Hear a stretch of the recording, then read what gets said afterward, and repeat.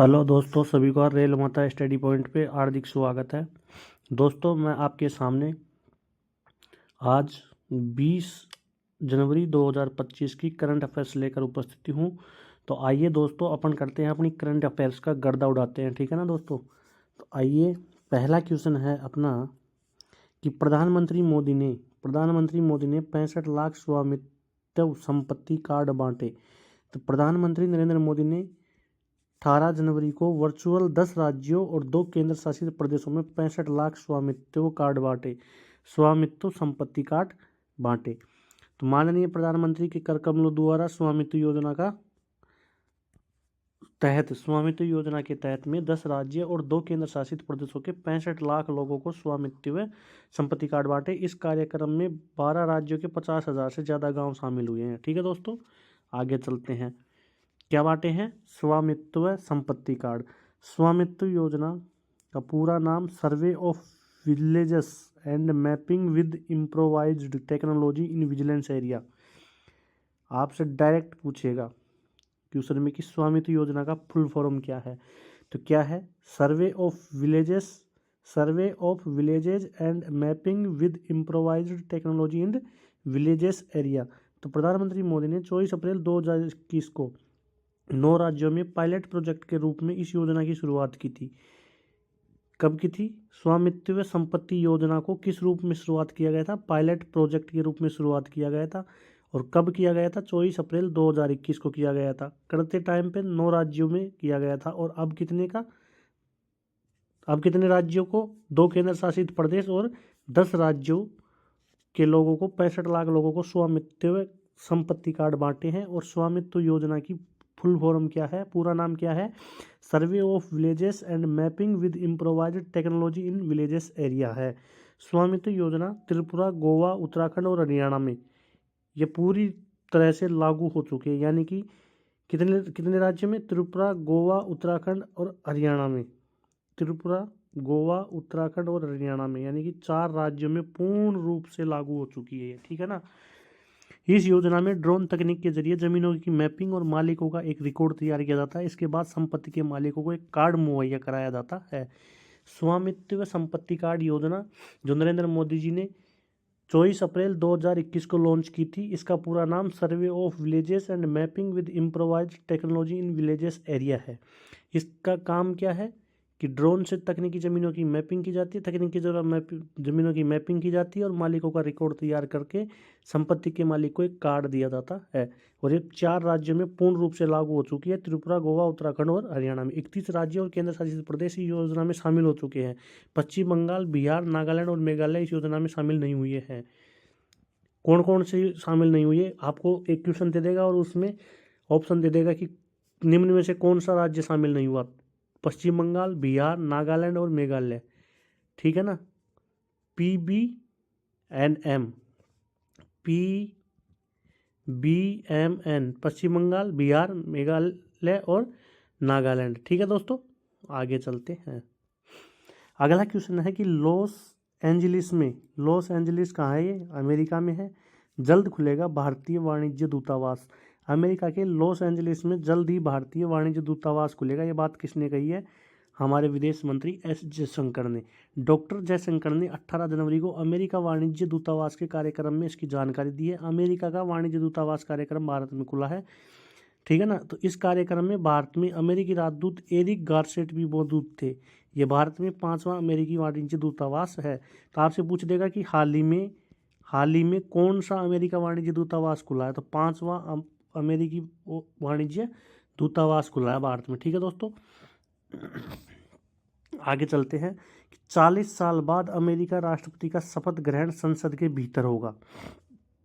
भाई ये कौन है? भूरिया। ये कौन है? अपना भूरिया है। और कल वीडियो शूट, कल इसके बारे में चर्चा हुई। यहाँ से कौन कौन गए कल? नीता अंबानी, मुकेश अंबानी गए और डॉक्टर जयशंकर भी गए। ठीक है ना, विदेश मंत्री भी। 40 साल बाद अमेरिका राष्ट्रपति का शपथ ग्रहण संसद के भीतर होगा। नवनिर्वाचित राष्ट्रपति डोनाल्ड ट्रंप का शपथ ग्रहण समारोह भीषण ठंड की वजह से खुले में न होकर यूएस कैपिटल हिल। संसद का नाम क्या है? US Capitol Hill. US Capitol Hill में होगा, ठीक है। और आज ये 20 जनवरी को, आज ये कब 20 जनवरी को आज के दिन ये शपथ लेंगे, और ये दूसरी बार शपथ ले रहे हैं, दूसरी बार शपथ ले रहे हैं भूरिया जी अपना। 20 जनवरी 2025 को नवनिर्वाचित राष्ट्रपति डोनाल्ड ट्रंप का शपथ ग्रहण समारोह होगा, ठीक है दोस्तों। आगे चलते हैं। 40 साल में ये पहली बार होगा जब अमेरिका का राष्ट्रपति का शपथ ग्रहण समारोह संसद के भीतर किया जाएगा। क्यों किया जाएगा? भूरियों को ज़्यादा लग रहा है, ठंडा लग रहा है, इसलिए।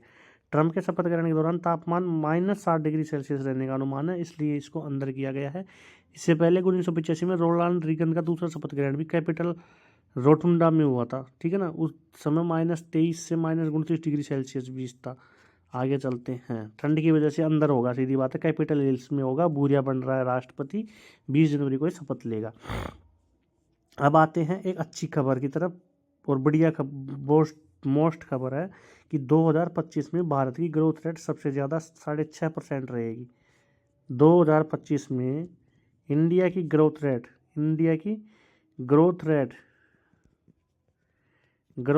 6.5% रहेगी, सबसे ज़्यादा। कितनी रहेगी? 6.5%। अंतर्राष्ट्रीय मुद्रा कोष IMF, इंटरनेशनल मॉनेटरी फंड, ठीक है ना, इंटरनेशनल मॉनेटरी फंड, अंतर्राष्ट्रीय मुद्रा कोष ने 17 जनवरी को 2025 और 2026 में दुनिया भर के देशों की विकास दर का अपना पूर्वानुमान पेश किया है। 25-26 का दुनिया भर के देशों की विकास दर का अनुमान पेश किया है इंटरनेशनल मॉनेटरी फंड। IMF का अनुमान है कि 2025 और 26 में दुनिया की ग्रोथ रेट 3.3 रहेगी। आपसे सीधा क्वेश्चन पूछ लिया जाएगा कि IMF के अनुसार दुनिया की ग्रोथ रेट कितनी रहेगी? 3.3%। IMF के अनुसार भारत की ग्रोथ रेट कितनी रहेगी? IMF के अनुसार भारत की ग्रोथ रेट 6.5% रहेगी, ठीक है। डायरेक्ट क्वेश्चन आएगा ये, ठीक है ना। आगे चलते हैं। IMF के अनुसार बड़े देशों में भारत 6.5% की ग्रोथ रेट के साथ सबसे तेजी से विकास करेगा। वहीं पाकिस्तान विकास दर 2025 में 3%, 26 में 4% रहने का अनुमान है। 2024 में 3.2% थी। तो 5 नल्ला से तो क्या मतलब है, नल्ले की ओर थोड़ी ना करनी है अपने को, तो अमेरिका, चीन जैसे, जापान जैसे का मुकाबला करना है, ठीक है ना। तो IMF के अनुसार बड़े देशों में भारत 6.5% की ग्रोथ रेट पर सबसे आगे रहेगा। इसके अलावा अमेरिका की विकास दर 2024 के मुकाबले मामूली तौर पर 0.1% घटाकर 2025 में 2.7 रहेगी, जबकि 2026 में 2.1 पर पहुंच जाएगी। 2023 में भारत की ग्रोथ रेट 8.2% थी, जो 2024 में घटकर 6.5% रह जाएगी। 2025 और 2026 में ग्रोथ रेट 6.5% रहने का ही अनुमान लगाया है, ठीक है। किसके द्वारा? IMF, इंटरनेशनल मॉनेटरी फंड, ठीक है। IMF एक संस्था है जो दुनिया भर के देशों की ग्रोथ रेट का अनुमान लगाती है, ठीक है ना दोस्तों, वार्षिक ग्रोथ रेट का अनुमान लगाती है, और ये अमेरिका में है। आगे चलते हैं। अगला क्वेश्चन है कि RBI, reserve bank of India, RBI का मतलब रिजर्व बैंक ऑफ इंडिया, बैंकों का बैंक, देश का खजाना, ठीक है ना, देश का खजाना और बैंकों का बैंक, ने विदेशी बैंकों को भारतीय रुपए में खाते खोलने की अनुमति दे दी है। RBI बैंक ने जो विदेश के जो बैंक होते हैं उनको रुपये में खाते खोलने की अनुमति दे दी है। RBI ने अधिकृत बैंकों की विदेशी शाखाओं को गैर निवासियों के लिए भारतीय रुपया में खाते खोलने की अनुमति दे दी है, जिसका उद्देश्य वैश्विक व्यापार में रुपए के उपयोग को बढ़ावा देना है। इस कदम से सीमा पार लेन देन आसान हो गया और मुद्रा रूपांतरित लागत को कम करके भारतीय निर्यातकों को सहायता मिली है। एक महत्वपूर्ण नीतिगत बदलाव में भारतीय रिजर्व बैंक RBI ने अधिकृत बैंकों की विदेशी शाखाओं को गैर निवासियों के लिए भारतीय रुपया खाता खोलने के लिए अनाधिकृत किया है। इस पहल का उद्देश्य सीमा पार लेन देन और निवेश में भारतीय रुपयों के उपयोग को बढ़ावा देना है। RBI, reserve bank of India, ठीक है, रिजर्व बैंक ऑफ इंडिया। अब इसकी स्थापना 1 अप्रैल 1935 को कब हुई थी? 1 अप्रैल 1935 को हुई थी। 1949 में इसका राष्ट्रीयकरण हुआ था। ऑसबोर्न स्मिथ इसके पहले गवर्नर थे, ठीक है। और अब भाई प्रेजेंट में कौन है? कौन है भी प्रेजेंट में? राजस्थान कैडर के बने हैं, सब कमेंट में बताना कौन है प्रेजेंट में गवर्नर, ठीक है दोस्तों। अगला क्वेश्चन पे चलते हैं। ओडिशा सिंगापुर समझौता ज्ञापन, भुवनेश्वर में फिनटेक हब का शुभारंभ होगा। ओडिशा और सिंगापुर में समझौता ज्ञापन पर हस्ताक्षर हुआ है। ओडिशा और सिंगापुर में समझौता ज्ञापन पर हस्ताक्षर हुआ है, और फिनटेक का हब कौन होगा? उड़ीसा होगा। फिनटेक का हब कौन होगा दोस्तों? उड़ीसा होगा। आगे चलते हैं कि उड़ीसा और सिंगापुर ने भुवनेश्वर में एक फिनटेक हब स्थापित करने के लिए, किसने? भारत का उड़ीसा और सिंगापुर ने उड़ीसा और सिंगापुर ने एक फिनटेक समझौता ज्ञापन पर हस्ताक्षर किए हैं, जिसका ध्यान इंश्योरेटेक नवाचार पर केंद्रित है। इंश्योरेटेक पर इस साझेदारी का उद्देश्य वित्तीय समावेशन को बढ़ावा देना और 2047 तक भारत के सभी के लिए बीमा क्या करेगा, ये सभी के लिए बीमा के देना दृष्टिकोण का समर्थन करना है, ताकि फिनटेक क्षेत्र में उड़ीसा की भूमिका को बढ़ाने के लिए वैश्विक विशेषज्ञता का लाभ उठाया जा सके। देखिए इसमें से कुछ नहीं है, सभी के लिए बीमा, ये मेन उद्देश्य है 2047 तक सभी के लिए बीमा। ठीक है दोस्तों, सभी के लिए बीमा के लिए क्या किया गया है, उड़ीसा राज्य जो भारत का राज्य है उड़ीसा, ठीक है ना, इसके लिए इसने और किसने, सिंगापुर ने एक फिनटेक हब बनाने का काम किया। फिनटेक क्षेत्र को बढ़ावा देने के लिए महत्वपूर्ण कदम उठाते हुए उड़ीसा सरकार के इलेक्ट्रॉनिक्स और आईटी विभाग ने भुवनेश्वर में एक वैश्विक योग्यता केंद्र स्थापित करने के लिए सिंगापुर के global finance and technology network के साथ साझेदारी की। इस सहयोग का उद्देश्य 2047 तक भारत के सभी के लिए बीमा के दृष्टिकोण के अनुरूप इंश्योरेटेक और संबंधित क्षेत्रों में नवाचार को बढ़ावा दिया। ठीक है दोस्तों, कमेंट किया क्या इसका, आरबीआई के गवर्नर कौन, पूर्व गवर्नर तो शक्तिकांत दास थे, अभी प्रेजेंट में कौन है ये बताइए, आप कमेंट कीजिए। आप नहीं बताओगे, मैं बता देता हूँ, संजय मल्होत्रा जी। कौन थे, संजय मल्होत्रा जी थे, ठीक है ना। अभी प्रेजेंट में कौन है, आरबीआई के governor, reserve bank of India के गवर्नर संजय मल्होत्रा जी है। ठीक है दोस्तों, आगे चलते हैं। अगला क्वेश्चन है, भारत की डिजिटल छलांग NBM 2.0, NBM 2.0, एक तो ए और एक संचार साथी ऐप। ये कौन सा, संचार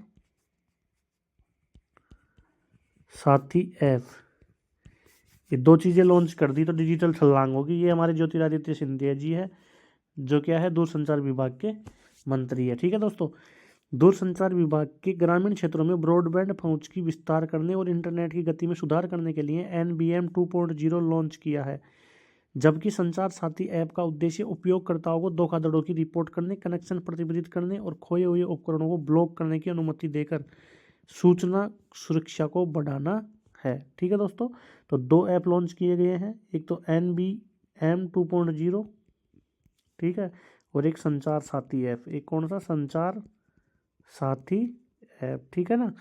दो ऐप लॉन्च किए हैं। 17 जनवरी 2025 को दूरसंचार विभाग के भारत की डिजिटल कनेक्टिविटी को सुरक्षा को बढ़ावा देने के उद्देश्य से दो महत्वपूर्ण पहलों का अनावरण किया है।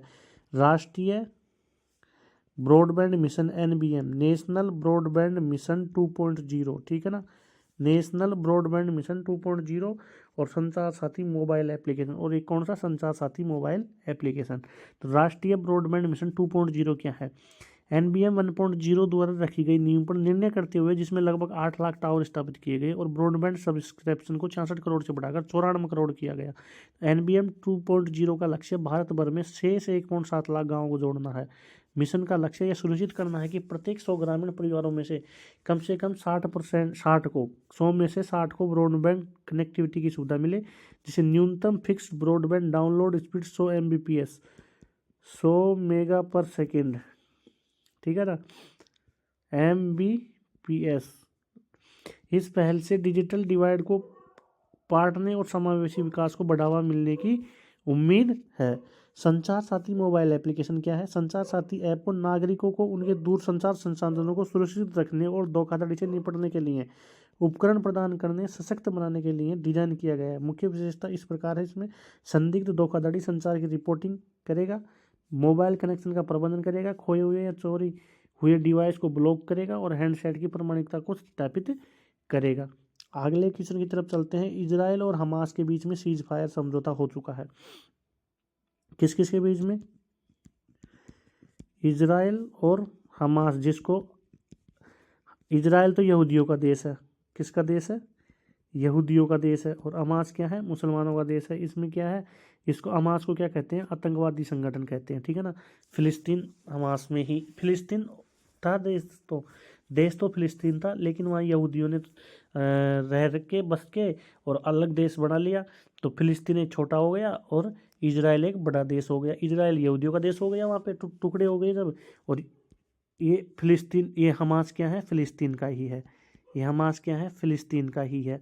हमास फिलिस्तीन का। तो इजराइल के प्रधानमंत्री कौन है, बेंजामिन नेतन्याहू के कार्यालय ने आज 18 जनवरी को बताया कि समझौता रविवार को से लागू होगा। ठीक है दोस्तों, सीज फायर समझौता हो गया है। किस किस के बीच में, हमास और इजराइल के बीच में। ये इजराइल का डंडा है और ये हमास का डंडा है, फिलिस्तीन का है। फिलिस्तीन के अंदर ही आता है हमास, ठीक है ना। गाजा पट्टी यही है हमास में। इजराइल हमास के साथ गाजा पट्टी में संघर्ष विराम और बंधकों की रिहाई के लिए एक समझौते को मंजूरी दे दी गई है। ठीक है दोस्तों, आगे चलते हैं। इस समझौते के तहत संघर्ष विराम 3 चरणों में लागू होता है। पहले चरण में 6 हफ्तों तक इजराइल में कैद सभी फिलिस्तीनी महिलाओं और 19 साल से कम उम्र के बच्चों को रिहा किया जाएगा। बदले में हमास 98 इजरायली बंधकों में से 33 को रिहा करेगा, जिनमें महिलाएं, बच्चे और 50 साल से अधिक उम्र के पुरुष शामिल होंगे। शनिवार को इजरायली न्याय मंत्रालय ने 95 फिलिस्तीनी कैदियों के नाम जारी किए, जिन्हें रविवार को रिहा किया जाएगा। समझौते के तहत हर 7 दिन में कुछ और बंधकों को रिहा किया जाएगा। ठीक है दोस्तों, आगे चलते हैं। उद्योग मंत्री कौन है अपने, पीयूष गोयल आज बेल्जियम पहुंच चुके हैं। भारत और यूरोपीय संघ के बीच व्यापार और निवेश संबंधों को बेहतर करने के लिए वाणिज्य और उद्योग मंत्री पीयूष गोयल 18 से 20 जनवरी तक ब्रुसेल्स बेल्जियम का दौरा करेंगे। ब्रुसेल्स की राजधानी कौन सी है, बेल्जियम, ब्रुसेल्स। ठीक है। इस दौरान पीयूष गोयल बायें ने यूरोपीय व्यापार और आर्थिक सुरक्षा आयोग के अध्यक्ष मोरोसे सोकोफिक के साथ उच्च स्तरीय वार्ता की। बेल्जियम पहुंच गए हैं, ठीक है ना, ब्रुसेल्स बेल्जियम। आगे चलते हैं। कौन, वाणिज्य उद्योग मंत्री पीयूष गोयल जी। इस बातचीत में भारत यूरोपीय यूनियन की free trade agreement FTA, trade और टेक्नोलॉजी काउंसिलिंग के फ्रेमवर्क और द्विपक्षीय व्यापार से जुड़े मुद्दों पर चर्चा होने की उम्मीद है। यात्रा के दौरान गोयल WTO विश्व व्यापार संगठन की महानिदेशक कौन है, नगोजी ओकोजा-इवाला। WTO का मुख्यालय कहाँ पे है, वर्ल्ड ट्रेड ऑर्गेनाइजेशन विश्व व्यापार संगठन कहाँ पे है, ये जिनेवा में है। इसका मुख्यालय कहाँ है, जिनेवा में है। और उसकी महानिदेशक कौन है, नाकोजी ओंकोजी इवेला WTO की क्या है, अध्यक्ष है। ठीक है, महानिदेशक है। बेल्जियम के विदेश व्यापार मंत्री बोर्डन क्विंटन और बेल्जियम की प्रमुख औद्योगिक कंपनी और भारतीय समुदाय के प्रतिनिधियों से भी मुलाकात करेंगे। वित्त वर्ष 2023-24 में भारत और यूरोपियन यूनियन के बीच द्विपक्षीय व्यापार $180 अरब से अधिक अनुमानित है 23-24 का। ठीक है दोस्तों, $180 अरब से अधिक का अनुमानित है। और WTO की महानिदेशक कौन है, नाकोजी ओकोजी-इवेला। ठीक है ना। ब्लू वेलवेट, आगे चलते हैं कि ब्लू वेलवेट निर्देशक डेविड लिंच का निधन हो गया है। ब्लू वेलवेट डेविड लिंच का निधन हुआ। अमेरिका के मशहूर फिल्म मेकर डेविड लिंच का 16 जनवरी को निधन हो गया। किसका, डेविड लिंच का निधन हो गया। मशहूर क्या थे, फिल्म मेकर थे। ठीक है दोस्तों, ये है डेविड लिंच, प्रोड्यूसर। लिंच ने उनकी फिल्म द एलिफेंट मैन किसकी है, लिंच की। ब्लू वेलवेट किसकी है, इसकी लिंच की, डेविड लिंच की। मुलहोलैंड ड्राइव के best director category Oscar nomination मिला है। इसके अलावा 1990 का टेलीविजन शो ट्विन पिक्स को भी डायरेक्ट किया। लिंच को ऑस्कर अवार्ड 2020 में लाइफ टाइम अचीवमेंट का मानद पुरस्कार मिला था। ठीक है दोस्तों, आगे चलते हैं। दूसरे under-19 women's T20 world cup शुरुआत हो गई है। 18 जनवरी से दूसरे under-19 women's T20 world cup की शुरुआत हो गई है। किसकी, वीमेंस T20 वर्ल्ड कप, कौन से, अंडर-19 के। ठीक है, पहला women's under-19 T20 world cup Bharat ने दक्षिण अफ्रीका में इंग्लैंड को हराकर साल 2023 में जीता था। 2023 में भारत ने जीता था। किसको हराकर जीता था, इंग्लैंड को हराकर जीता था। किसको, इंग्लैंड को हराकर जीता था। और कहाँ पे हुआ था 2023 का under-19 world cup, under-19 women's world cup. ठीक है, अंडर-19 वीमेन वर्ल्ड कप 2023 में भारत ने जीता था, इंग्लैंड को हरा के दक्षिण अफ्रीका में। ओके, आगे चलते हैं। इस टूर्नामेंट का आयोजन मलेशिया में हो रहा है। अभी प्रेजेंट में कहाँ हो रहा है, मलेशिया में। आईसीसी के इस टूर्नामेंट का पहला मुकाबला ऑस्ट्रेलिया और स्कॉटलैंड के बीच होगा। 16 दिन चलने वाली प्रतियोगिता, 16 टीमें हिस्सा ले रही है। कितनी टीमें हिस्सा ले रही है? 16 टीमें ले रही है, ठीक है। 41 मुकाबले 4 विनर। भारत का पहला मुकाबला 19 जनवरी को वेस्ट इंडीज़, 2 फरवरी 2025 को अंडर-19 वीमेंस T20 का फाइनल मैच खेला जाएगा, ठीक है दोस्तों। कुछ नहीं है इसमें से याद करने की चीज़ ये है कि अंडर-19 वीमेंस वर्ल्ड कप कब कहाँ हो रहा है? मलेशिया में हो रहा है, ठीक है। कहाँ हो रहा है? मलेशिया में हो रहा है। कितनी टीमें भाग ले रही है? 16 टीमें भाग ले रही है, ठीक है दोस्तों। और भारत ने कब जीता? 2023 में जीता पहला अपना, ठीक है ना।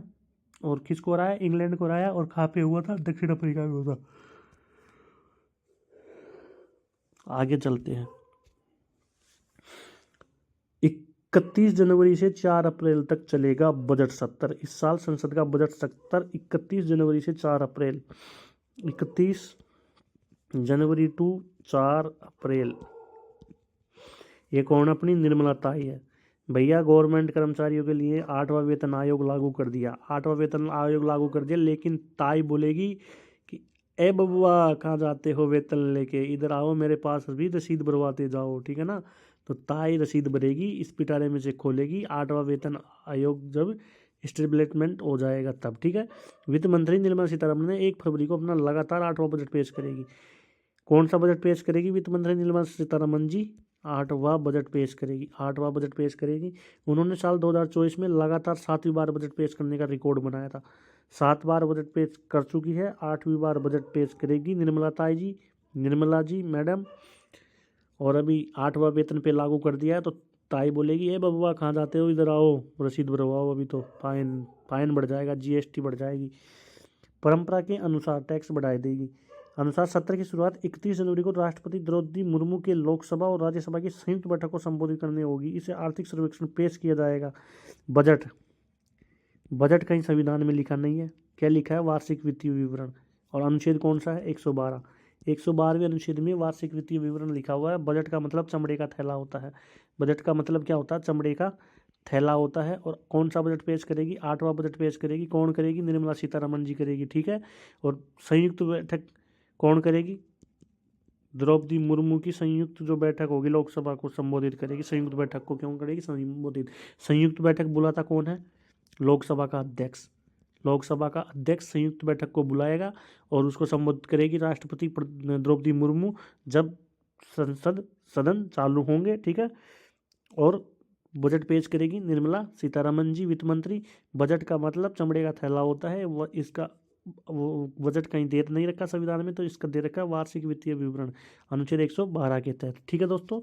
आज के लिए इतना ही, आगे चलते हैं। आप सभी साथियों को थैंक यू, आप सभी साथियों को थैंक यू। प्यार भरा राम राम, प्यार भरा राम राम, ठीक है दोस्तों। Love you, take care, have a nice day, have a nice day. सभी को दिल से सैल्यूट। लेकिन बट दोस्तों आप नहीं कर रहे हो मुझे दिल से सैल्यूट, आप नहीं कर रहे हो दिल से सैल्यूट, ठीक है ना। आप क्या कमी कर रहे हो यार दोस्तों, बात ऐसी है कि प्लीज़ फॉलो, प्लीज़ सब्सक्राइब तो करो यार आप लोग भाई, सब्सक्राइब तो करो आप लोग, शेयर करो, सब्सक्राइब करो, जब भी तो मेरा मनोबल होगा ना कि मैं कुछ अच्छा करूं, मैं कुछ अच्छा करूं। मैं साइंस भी पढ़ाऊं, मैं रीजनिंग भी पढ़ाऊं इनको, मैं जीके भी पढ़ाऊं, मैं इनको मैथ भी पढ़ाऊं, ठीक है ना। मैं सिस्टम लगाने की तैयारी कर लूँ। तो दोस्तों थैंक यू, धन्यवाद सभी को, राम राम। आज इतना ही।